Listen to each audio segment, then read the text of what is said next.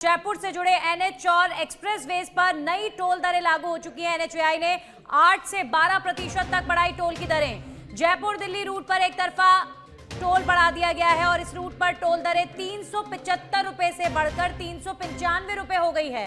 Toll tax बढ़ाया गया। Car, truck और बसों के लिए टोल शुल्क में बढ़ोतरी की गई है। टोल बढ़ने से माल ढुलाई और बस किराए पर भी असर जाहिर तौर पर पड़ेगा। जयपुर सीकर खाटू श्याम जी मार्ग पर भी सफर महंगा होगा। वहीं टाटियावास टोल प्लाजा पर कार जीप का नया टोल 80 रुपए लागू कर दिया गया है। वहीं मनोहरपुर टोल प्लाजा पर कार और जीप का नया टोल 95 रुपए लागू किया गया है। ठिकरिया टोल प्लाजा पर कार और जीप का नया टोल 100 रुपए निर्धारित किया गया है। नेकावाला, सीतारामपुरा, भगवान 84 टोल पर नई दरें लागू हो चुकी है। इसके अलावा खाटू श्याम जी जाने वाले श्रद्धालुओं की यात्रा का खर्च भी यहां पर बढ़ता हुआ नजर आ रहा है। वीकेंड और एकादशी पर दर्शन के लिए जाने वालों की जेब पर जाहिर तौर पर असर पड़ेगा। दिल्ली आने जाने वाले दैनिक यात्रियों का मासिक खर्च भी बढ़ेगा। तमाम जो टोल हैं, दिल्ली जयपुर हाईवे पर या फिर खाटू श्याम जी की तरफ जाने वाला हाईवे हो, राजस्थान के तमाम हाईवेज पर यात्रा अब थोड़ी महंगी होगी क्योंकि टोल बढ़ा दिया गया है। व्यापारियों और ट्रांसपोर्ट सेक्टर पर भी टोल बढ़ोतरी का जाहिर तौर पर असर पड़ेगा। जयपुर से जुड़े प्रमुख हाईवेज पर नई रेट लिस्ट लागू हो चुकी है। 24 घंटे के भीतर लौटने वालों को रिटर्न ट्रिप्स रियायत जारी की गई है। यानी 24 घंटे के अंदर जो लोग ट्रैवल कर रहे हैं, अभी फिलहाल वो इस महंगी टोल दर से बचे रहेंगे, लेकिन 24 घंटे बाद उन्हें महंगा टोल देना होगा। स्थानीय फास्टैग मासिक पास की सुविधा पहले की तरह जारी रहेगी। तो जयपुर से जुड़े प्रमुख हाईवे पर टोल की नई रेट लिस्ट लागू हो चुकी है। टोल महंगा किया जा चुका है।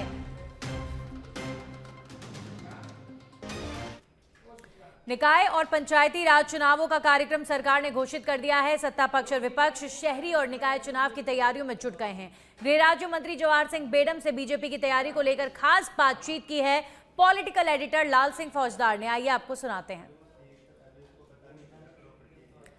खबरों में आगे बढ़ेंगे और बात करेंगे जैसलमेर से बड़ी खबर आ रही है, जहां पर एलडीसी पेपर प्रकरण से जुड़ा मामला, नकल मामले में मुख्य आरोपी रिलीवर पदम सिंह सस्पेंड हो चुका है। परीक्षा हॉल से पेपर बाहर ले जाने का आरोप इसके ऊपर था। जेल में रहने के कारण विभाग ने सस्पेंड किया। 2 अन्य वीक्षक भीम सिंह और जालम सिंह को भी सस्पेंड किया गया है। संयुक्त निदेशक जोधपुर ने तीनों को सस्पेंड किया। वहीं प्रिंसिपल उमेद सिंह पर नहीं हुई कोई कार्रवाई। फिलहाल तीनों आरोपी पुलिस की गिरफ्त से बाहर हैं। जैसलमेर जिला शिक्षा अधिकारी महेश बिस्सा ने जानकारी दी है। तो परीक्षा हॉल से पेपर बाहर ले जाने का था आरोप और अब इस मामले में कार्रवाई की गई है। जेल में रहने के कारण विभाग ने सस्पेंड कर दिया है।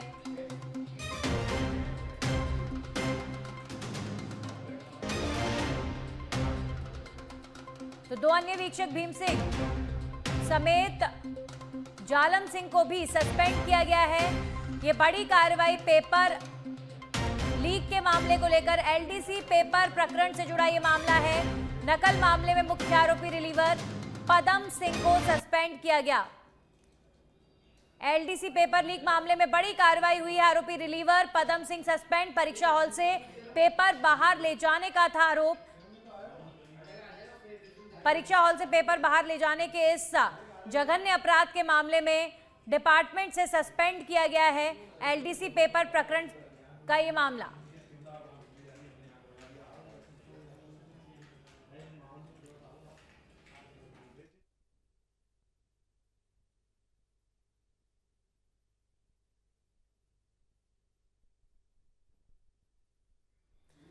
बिना एनओसी चल रहे संस्थानों पर नगर निगम ने कार्रवाई को अंजाम दिया है। चिन्मय कोचिंग में चल रही है कार्रवाई। हमारे सहयोगी सुनील सीधा लोकेशन से हमारे साथ जुड़े हुए हैं। किस तरीके की कार्रवाई चल रही है? स्ट्रिक्ट एक्शन नगर निगम की तरफ से हो रहा है। सुनील, क्या अपडेट?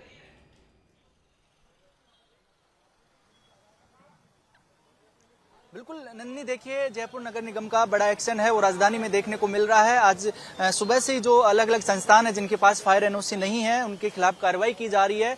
ये चिन्मय कोचिंग है, प्राइवेट संस्थान है। यहाँ पर जो कोचिंग स्टूडेंट्स है उनको पढ़ाया जाता है, लेकिन यहाँ पर फायर एनओसी नहीं है। नगर निगम की टीम है वो यहाँ पहुंच चुकी है और अंदर है वो जो फायर इंस्ट्रूमेंट्स है उनको चेक कर रही है और यहाँ पर कई तरह की खामियां मिली हैं। कुछ ही देर में यहाँ पर जो है कार्रवाई देखने को मिलेगी। इस कोचिंग को सीज किया जाएगा। इससे पहले भी प्रयास कोचिंग है वो भी गोपालपुरा पर है, उसको यहाँ पर सीज किया गया कुछ देर पहले और अभी एक और दूसरे संस्थान में यहाँ पर पहुंच गई है टीम। अंदर जो है वो कागजात है वो चेक कर रही है और धीरे धीरे तमाम जो छानबीन के बाद अभी कुछ ही देर में नगर निगम के जो ऑफिसर हैं वो बाहर निकलेंगे। लेकिन उससे पहले एहतियात के तौर पर और एक प्रोटोकॉल के तहत जो तमाम जो स्टूडेंट्स यहाँ पर पढ़ रहे हैं, जो स्टाफ, उनको बाहर निकाला जा रहा है और उसके बाद में जो है कोचिंग को वो सीज किया जाएगा। हमारे साथ जो नगर निगम के सीएफओ हैं उनसे एक बार बातचीत करते हैं। सर, ये सुबह से जो गोपालपुरा में कार्रवाई चल रही है, किस तरह की कार्रवाई है? पहले नोटिस दिया गया था इन लोगों को? पहले हमने नोटिस दिए गए थे, नोटिस के पर इन्होंने कोई कार्रवाई नहीं की गई थी और इनके फायर फाइटिंग सिस्टम के अभाव में और आज हमने इनको सीज कर दिया। ऐसी क्या वजह रही होगी? इतने लापरवाह लोग क्यों हैं? जब फायर एनओसी जैसी जो बेसिक चीज है जो बहुत मैंडेटरी है वो नहीं ले रहे हैं, आपको सीज करने पे मजबूर होना पड़ रहा है? नहीं, ये जरूरी है, ये लेना चाहिए, ये इनकी सोच है और ये बच्चों को पढ़ाते हैं तो इनको ये भी सोचना चाहिए कि इनकी सुरक्षा सर्वोपरि है। आगे किस तरह की और कार्रवाई होगी? ये तो एक सतत प्रक्रिया, हमने सर्वे करते रहते हैं और जांच भी करते रहते हैं और ये चलता रहता है। बिल्कुल नंदी, देखिए बड़ी लापरवाही ये है, बताया जा रहा है कि इन कोचिंग संस्थानों को है वो नोटिस दे दिया गया है कि आप समय से फायर एनओसी है वो ले लीजिए, या फिर जिनके पास फायर एनओसी पहले ली हुई थी, एनओसी नहीं थी, उनको एनओसी के लिए कहा गया। देखिए ये एक्सक्लूसिव तस्वीर आप सच बेधड़क पर देख सकते हैं। नगर निगम की जो टीम है वो जो कोचिंग का गेट है, चिन्मय ये कोचिंग है वो है और यहाँ पे कई संख्या में जो है बच्चे यहाँ पर पढ़ते हैं। लेकिन सोचिए उन बच्चों के साथ, उनकी जिंदगी के साथ किस तरह का खिलवाड़ है वो यहाँ पर किया जा रहा है।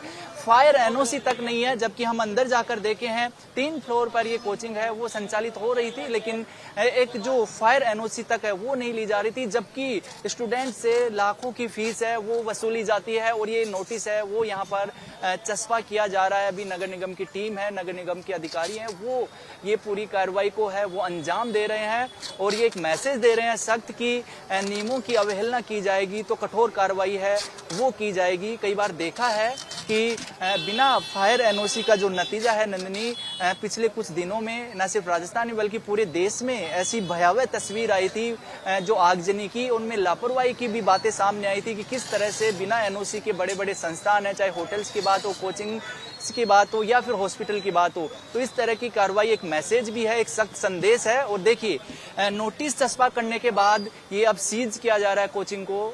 चिन्मय कोचिंग है, ये निजी संस्थान है, इसको अब सीज किया जा रहा है यहाँ पर, क्योंकि नोटिस देने के बाद भी इस कोचिंग संचालक की इतनी हिम्मत थी कि फायर एनओसी नहीं लिया, तय वक्त दिया गया, उसके बाद भी इनके ऊपर जरा सा भी असर नहीं हुआ और उसका नतीजा आप देख सकते हैं। गेट को बंद किया गया है, उस पर नोटिस चस्पा किया गया है और उसको अब जो है वो लॉक लगाया गया है। और लॉक लगाने के बाद इसको जो है वो सील कर दिया जाएगा। तो ये एक बड़ी खबर है, अभी नगर निगम की बड़ी कार्रवाई है वो चल रही है। जयपुर में ये कार्रवाई चल रही है। गोपालपुरा पूरा एक कोचिंग जोन है वो माना जाता है। इस कोचिंग हब में इस तरह की जो लापरवाही है ये कई गंभीर सवाल है वो भी खड़े करती है और इस तरह की कार्रवाई भी मैं कहूँगा कि कम है, क्योंकि सील करने के बाद ये फिर ऐसे जो कोचिंग संस्थान है वो पता नहीं कहाँ से जो सेटिंगबाजी करके वापस से कोचिंग संस्थान चला लेते हैं। लेकिन मैं तो कहूँगा कि इस तरह का जो अगर कोई लापरवाही करता है तो इससे भी कठोर कदम है,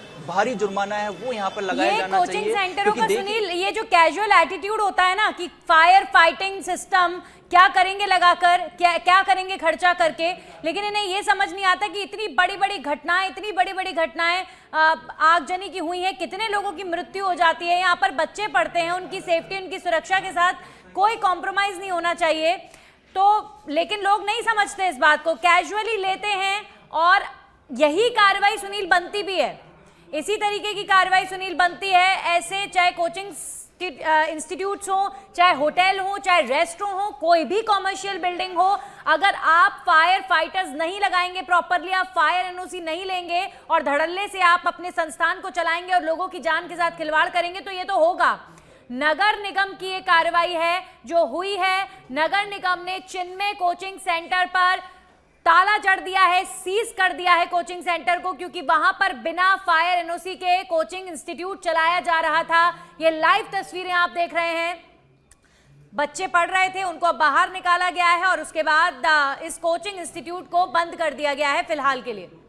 सुनील लगातार हमारे सहयोगी जुड़े हुए हैं। सुनील, ये तस्वीरें बताने के लिए काफी हैं कि आप सिस्टम को चैलेंज मत कीजिए, आप नगर निगम को यूं ही कैजुअली मत लीजिए। अगर नगर निगम आपको नोटिस भेज रहा है और कह रहा है कि आप फायर फाइटर सिस्टम दुरुस्त कराइए, तो नगर निगम को नोटिस भी नहीं भेजना चाहिए। ये तो लोगों को ऑटोमेटिकली इतना लोगों के अंदर सिविक सेंस होना चाहिए, इतना लोगों के अंदर जो है सेंसिटिविटी होनी चाहिए कि आप एक कोचिंग इंस्टीट्यूट चला रहे हैं, आप फायर फाइटर। लापरवाही है, बहुत बड़ी लापरवाही है। बिल्कुल, देखिए बड़ी लापरवाही, लेकिन उससे पहले सुनते हैं अधिकारी क्या कह रहे हैं। वहाँ पर देखी गई थी और किस तरह के नोटिस यहाँ पर दिए गए और उसको अमल में नहीं लाया गया।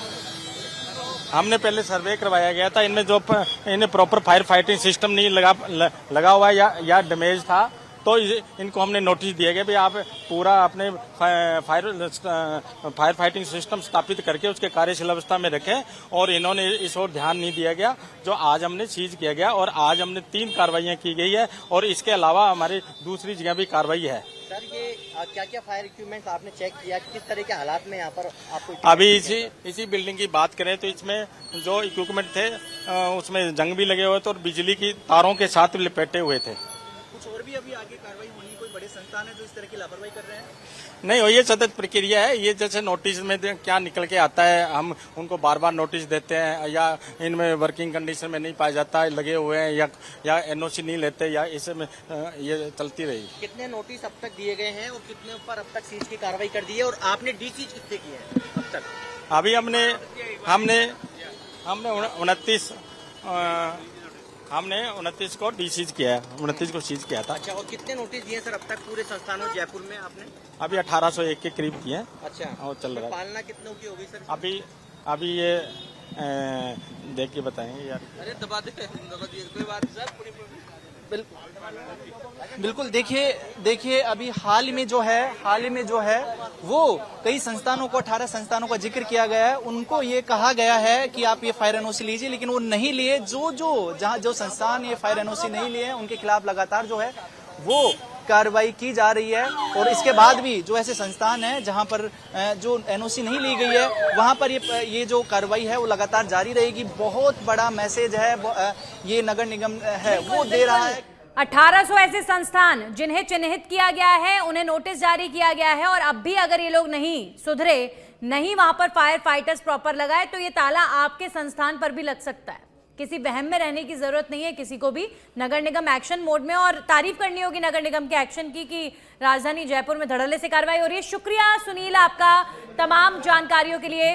और लगातार कोचिंग सेंटर्स पर आप देख रहे हैं स्टूडेंट्स की सेफ्टी के साथ खिलवाड़ ना हो, इसके लिए प्रयास किए जा रहे हैं। नगर निगम एक के बाद एक, चाहे कोचिंग सेंटर्स हो, चाहे तमाम अन्य कॉमर्शियल बिल्डिंग्स हो, वहां पर बैक टू बैक कार्रवाइयां करता हुआ नजर आ रहा है। लगातार इस तरीके की कार्रवाइयां जरूरी है, क्योंकि आपने देखा होगा लखनऊ में अग्निकांड हुआ, कितने बच्चों की जिंदगी के साथ वहां पर खिलवाड़ हुआ। आपने दिल्ली में देखा एक रेस्टोरेंट में कितने लोगों की जिंदगी चली गई अग्निकांड की वजह से। तो ऐसा कोई कांड अग्नि का राजस्थान के अंदर ना हो, इसे लेकर प्रशासन बिल्कुल सख्त नजर आ रहा है। फायर फाइटिंग सिस्टम चेक किए जा रहे हैं, और जहां पर भी लापरवाही मिल रही है उन्हें एनओसी नहीं मिल रही है। अब खबरों में आगे बढ़ेंगे और बात करेंगे अलवर जिले के कठुम्बर में।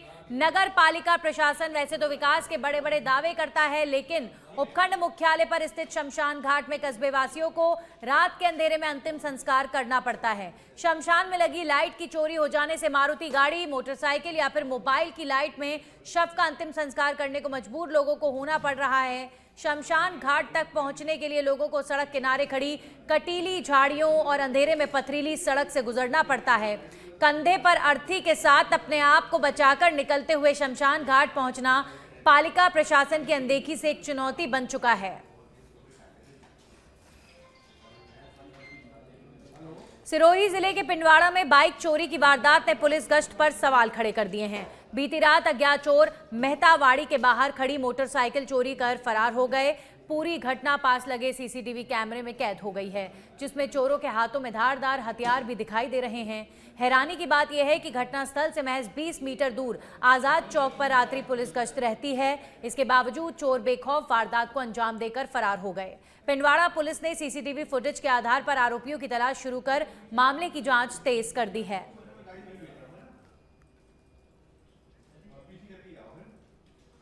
सांचौर में पानीपुरी की एक गाड़ी में अचानक से आग लगने से अफरा तफरी मच गई है। चालक की सूझबूझ से बड़ा हादसा टल गया है। आसपास मौजूद लोगों ने पानी की टैंकर की मदद से आग पर समय रहते काबू पा लिया। घटना में किसी प्रकार की जनहानि नहीं हुई है और चालक पूरी तरह सुरक्षित है। सूचना मिलने पर संबंधित टीम मौके पर पहुंची और आग लगने के कारणों की जांच शुरू कर दी गई है। समय रहते आग बुझने से बड़ा नुकसान होने से बच गया। श्रीगंगानगर के रायसिंह नगर रेलवे स्टेशन के पास सूरतगढ़ श्रीगंगानगर पैसेंजर ट्रेन का इंजन तकनीकी खराबी के कारण फेल हो गया। प्रेशर पाइप फटने से ट्रेन करीब 1.5 घंटे तक ट्रैक पर खड़ी रही, जिससे गर्मी और उमस में बच्चे, बुजुर्ग और महिलाओं को भारी परेशानी उठानी पड़ी। रेलवे अधिकारियों के प्रयास के बाद गतसिंहपुर से दूसरा इंजन मंगवाकर ट्रेन को रवाना किया गया। घटना के कारण कई अन्य ट्रेनों का संचालन भी प्रभावित हुआ और वे 1 से 1.5 घंटे की देरी से चली हैं। खबर जोधपुर से है, जहां पर एक और चिंताजनक खबर आई है। राजस्थान में प्रसूताओं की मौत के बढ़ते मामलों के बीच जोधपुर में भी एक प्रसूता की इलाज के दौरान मौत हो गई। तिवरी निवासी समूह ने 24 जून को सामान्य प्रसव के दौरान एक बच्ची को जन्म दिया था। प्रसव के बाद अत्यधिक रक्त रिसाव होने पर उसे पहले उम्मेद अस्पताल और फिर महात्मा गांधी अस्पताल रेफर किया गया था और करीब 25 दिनों तक इलाज चलने के बाद उसकी मौत हो गई है। राज्य स्तर पर मुख्य सचिव की अध्यक्षता में प्रतिदिन समीक्षा बैठकें हो रही हैं, लेकिन लगातार उसके बाद भी आंकड़ा बढ़ रहा है। ये चिंता का विषय है। प्रत्येक मातृ मृत्यु की विस्तृत जांच भी की जा रही है ताकि भविष्य में ऐसी घटनाओं को रोका जा सके।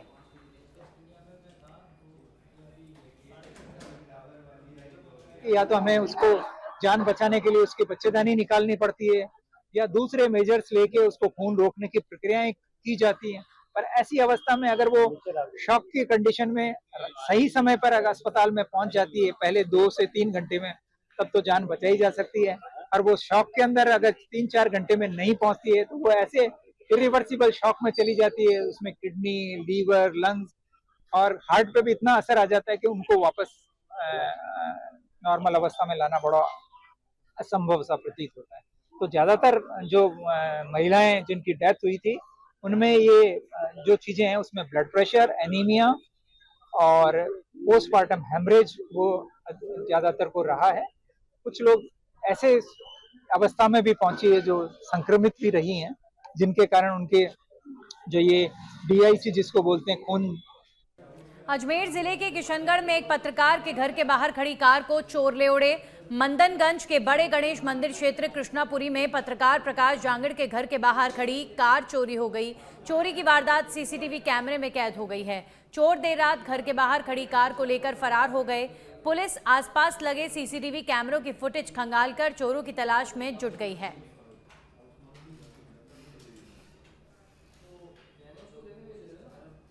डीडवाना जिले के मकराना में पर्यावरण संरक्षण और हरियाली बढ़ाने के उद्देश्य से रोटरी क्लब मकराना की ओर से पौधारोपण कार्यक्रम आयोजित किया गया। उपखंड कार्यालय परिसर में आयोजित कार्यक्रम में SDM ने पौधा लगाकर अभियान की शुरुआत की। उन्होंने कहा कि पर्यावरण संतुलन बनाए रखने के लिए पौधारोपण जरूरी है और केवल पौधे लगाना ही नहीं बल्कि उनकी नियमित देखभाल करना भी हमारी जिम्मेदारी है।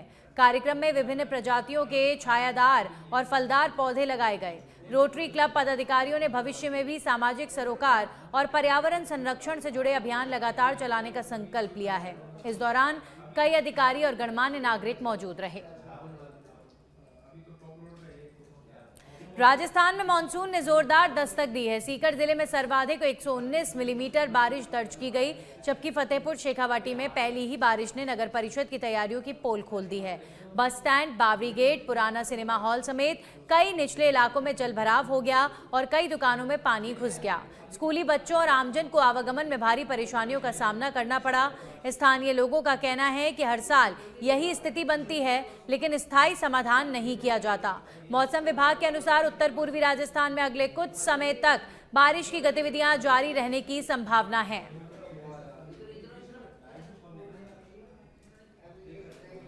अलवर के बानसूर क्षेत्र में 10 से 12 दिनों के लंबे इंतजार के बाद झमाझम बारिश हुई, जिससे किसानों के चेहरे खिल उठे। बारिश न होने से बाजरा, मूंग और ग्वार की फसलें सूखने लगी थीं, लेकिन अब खेतों में पानी पहुंचने से फसलों को नया जीवन मिला है। कृषि विशेषज्ञों के अनुसार ये बारिश खरीफ फसलों के लिए बेहद लाभदायक है। वहीं तापमान में गिरावट आने से लोगों को भीषण गर्मी और उमस से राहत मिली है। अब मौसम सुहाना हो गया है।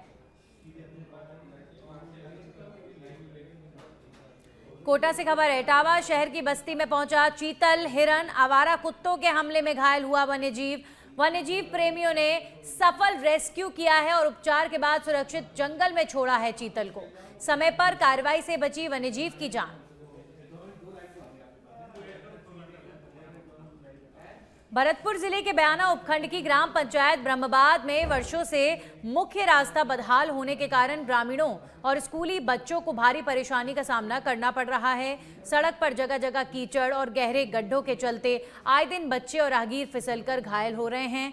ग्रामीणों का कहना है कि इस समस्या को लेकर कई बार प्रशासन और जनप्रतिनिधियों और अधिकारियों को ज्ञापन दिए जा चुके हैं, लेकिन अब तक कोई स्थायी समाधान नहीं हुआ। ग्रामीणों ने प्रशासन से जल्द सड़क निर्माण, जल निकासी और सफाई व्यवस्था में सुधार की मांग की है, ताकि लोगों को राहत मिल सके। जोधपुर से खबर है, जहां पर शास्त्री नगर पुलिस ने रोटरी चौराहे पर टैक्सी चालक से मोबाइल छीनने की वारदात का खुलासा करते हुए 2 आरोपियों को गिरफ्तार किया है। पुलिस ने आरोपियों के कब्जे से चोरी किया गया OnePlus मोबाइल बरामद कर लिया है और वारदात में प्रयुक्त मोटरसाइकिल भी जब्त कर ली है। थानाधिकारी दिनेश लखावत के नेतृत्व में पुलिस टीम ने सीसीटीवी फुटेज और मुखबिर की सूचना के आधार पर जांच की है। जांच के आधार पर पाली निवासी किशोर कुमार और अर्जुन को गिरफ्तार कर लिया गया है। पूछताछ में दोनों ने वारदात करना स्वीकार कर लिया है।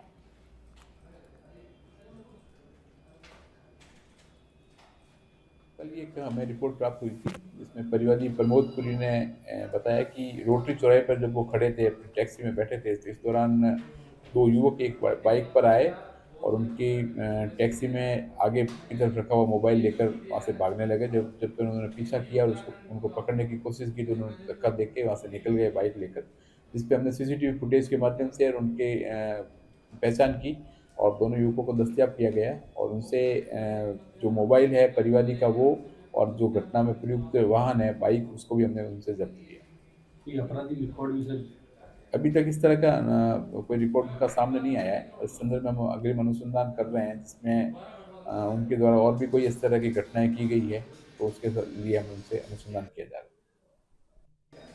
भरतपुर जिले के बयाना उपखंड की ग्राम पंचायत ब्रह्मबाद में वर्षों से मुख्य रास्ता बदहाल होने के कारण ग्रामीणों और स्कूली बच्चों को भारी परेशानी का सामना करना पड़ रहा है। सड़क पर जगह जगह कीचड़ और गहरे गड्ढों के चलते आए दिन बच्चे और राहगीर फिसलकर घायल हो रहे हैं। ग्रामीणों का कहना है कि इस समस्या को लेकर कई बार प्रशासन, जनप्रतिनिधियों और अधिकारियों को ज्ञापन दिए जा चुके हैं, लेकिन अब तक कोई स्थायी समाधान नहीं हुआ।